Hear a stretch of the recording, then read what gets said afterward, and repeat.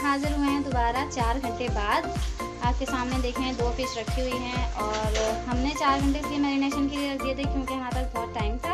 और अगर आपके पास टाइम ना हो तो टाइम की कमी के बायस आप आधे घंटे में भी इसको फ्राई कर सकते हैं, आधे घंटे मैरिनेशन के लिए रख सकते हैं।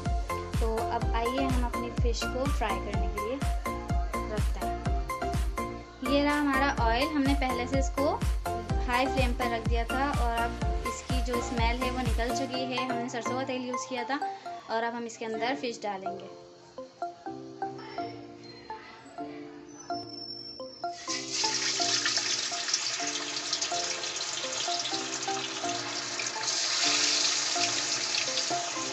सबसे पहले हमने अपनी सिंघाड़ा फ़िश है उसको यूज़ किया। हमारी सिंघाड़ा फ़िश देखें आप कितनी अच्छे से फ्राई हो रही है। और एक बात मैं बताना भूल गई थी, अगर आप इसको फ्रीज़ करके रखना चाहें तो फ्रीज़ करके भी रख सकते हैं। और जब आपका दिल चाहे एक पीस निकाला या जितने ही पीस निकालना चाहें और उतने से तल लें। बहुत खूबसूरत रंगत आई है, वाह मज़ा आ गया देख के। नेक्स्ट हम फिंगर फिश फ्राई कर रहे हैं।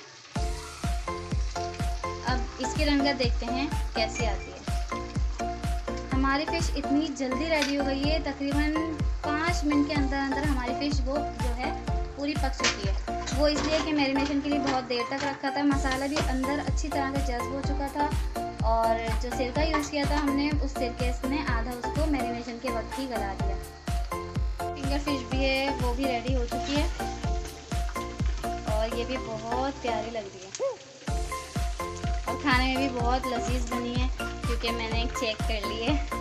और आप लोग भी इसको ट्राई कीजिएगा। इसका मसाला जो है वो मैरिनेशन का वो बहुत ज़बरदस्त बना था।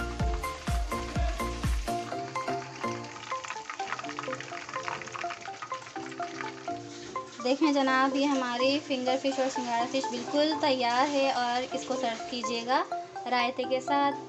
और इंशाल्लाह नेक्स्ट वीडियो में मुलाकात होगी, तब तक के लिए अल्लाह हाफिज़। एंजॉय।